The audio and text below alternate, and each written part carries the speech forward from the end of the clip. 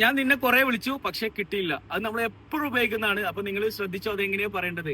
I tried calling you but couldn't reach you. പറയാ I tried calling you but couldn't reach you. മനസ്സിലായോ? അത് ശരിക്കും save ചെയ്ത് വെച്ചോ, എപ്പോഴും ഉപയോഗിക്കുന്നതാണ്. നമ്മൾ എപ്പോഴേലും ആരെയൊക്കെ വിളിക്കുമ്പോൾ കിട്ടുന്നില്ലെങ്കിൽ അതെങ്ങനെ പറയും.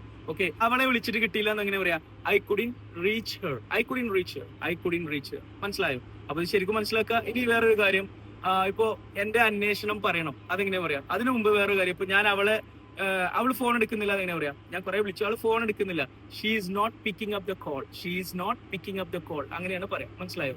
ഞാൻ നേരത്തെ പറഞ്ഞത് കൺവേ മൈ റിഗാർഡ്സ്, അതായത് എന്റെ അന്വേഷണം പറയട്ടോ, അമ്മയോട് അന്വേഷണം പറയട്ടോ എന്നൊക്കെ പറയില്ലേ. അപ്പൊ കൺവേ മൈ റിഗാർഡ്സ് അങ്ങനെ പറയാം. Convey my regards to your mom, അല്ലെങ്കിൽ convey my regards to Shafeel, അങ്ങനെയൊക്കെ പറയാം. അന്വേഷണം പറയുക എന്നുണ്ടെങ്കിൽ കൺവേ മൈ റിഗാർഡ്സ്. തും എപ്പോഴും ഉപയോഗിക്കുന്നതാണ് convey my regards. Convey my regards to Manoj. മനോജിനോട് അന്വേഷണം പറയണം. മനസ്സിലായോ? അപ്പൊ ഇതെല്ലാം വളരെ ഉപകാരപ്പെടുന്നല്ലേ, നമ്മൾ എപ്പോഴും ഉപയോഗിക്കുന്നല്ലേ. അപ്പൊ ഇതുപോലെ ഒരുപാട് കാര്യങ്ങൾ ഞങ്ങളുടെ കോഴ്സിൽ പഠിപ്പിക്കുന്നുണ്ട്.